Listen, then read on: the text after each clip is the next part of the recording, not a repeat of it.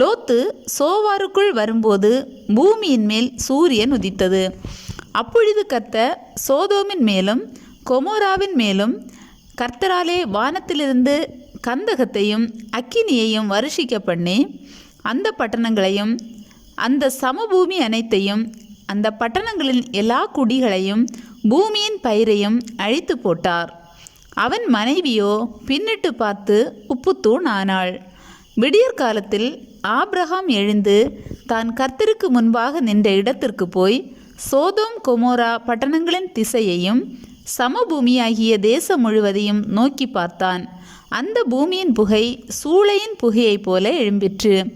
தேவன் அந்த சமபூமியின் பட்டணங்களை அழிக்கும்போது தேவன் ஆபிரகாமை நினைத்து லோத்து குடியிருந்த பட்டணங்களை தாம் கவிழ்த்து போடுகையில் லோத்தை அந்த அழிவின் நடுவிலிருந்து தப்பி போகும்படி அனுப்பிவிட்டார்.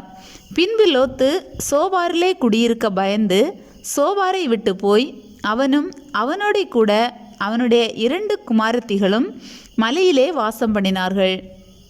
அங்கே அவனும் அவனுடைய 2 குமாரத்திகளும் ஒரு கெபியிலே குடியிருந்தார்கள்.